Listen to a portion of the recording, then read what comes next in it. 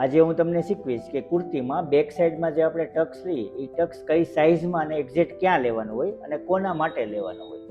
Normally આ Tux લેવાનો હોય જેનો સીટનો ભાગ વધારે હોય, કમર એકદમ પતલી હોય, એને જ આ ટક્સની જરૂર પડતી હોય છે. બધાને ટક્સની જરૂર નથી. અને બીજું કે કોટી આપણે બનાવીએ તો કોટીમાં હંમેશા બેક સાઈડમાં ટક્સ લેવો જોઈએ.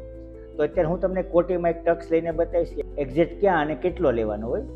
જો વિડીયો ગમે તો લાઇક કરજો, તમારા મિત્રો સાથે શેર કરજો અને પેજને ફોલો ન કરો તો ફોલો કરી લેજો. અને યુટ્યુબમાં જો તમે જોતા હો તો ચેનલને સબસ્ક્રાઈબ કરી લેજો અને કમેન્ટ બોક્સમાં કમેન્ટ જરૂરથી કરજો કે વિડીયો તમને કેવો લાગ્યો. તો જે કુર્તીમાં આપણે ટક્સ લગાવવાનો હોય એનો પાછળનો ભાગ લેવાનો છે અને જ્યાં આપણે કમરનું માર્કિંગ છે ત્યાં એક લાઇનિંગ કરી દેવાની છે. ત્યાર પછી આપણે પ્લેટની જગ્યા જેટલી રાખેલી હોય ત્યાં એક માર્કિંગ કરી દેવાનું છે. વધેલો ભાગ 9.75 છે. 9.75 ને આપણે અડધા કરી દેવાના છે એટલે આપણને મિડલ પોઈન્ટ મળી જશે. મિડલ પોઈન્ટમાં એક માર્કિંગ કરવાનું છે.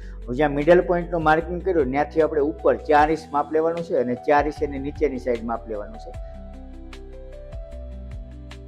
ત્યાં એક સ્કેલથી લાઇનિંગ કરી લઈશું. હવે જે મિડલનો ભાગ છે એનાથી બંને સાઈડ અડધો ઇંચ જેટલું માર્કિંગ કરવાનું છે. ટોટલ આપણે 1 ઇંચનો ટક્સ લઈશું.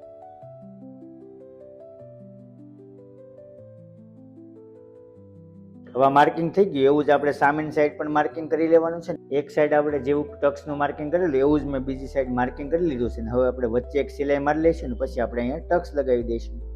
હવે આમાં મેં વચ્ચે એક સિલાઈ લગાવી દીધી આવી રીતે આમ, અને ત્યાર પછી મેં આમાં ટક્સ લીધો છે. જ્યારે તમે ટક્સ લો ને ત્યારે એક ધ્યાન રાખવાનું છે કે અહીંયાથી આપણે સિલાઈ સ્ટાર્ટ કરી અહીંયા આવતા કોર્નર ન બનવો જોઈએ. એક રાઉન્ડ શેપ આવી જવો જોઈએ. ત્યાર પછી અહીંયા પોઈન્ટ ઉપર બહાર નીકળવાનું છે અને એના ઉપર વ્યવસ્થિત પ્રેસ લગાવવાની છે સીધું રાખીને, એટલે ફિનિશિંગ એકદમ પરફેક્ટ આવી જાય.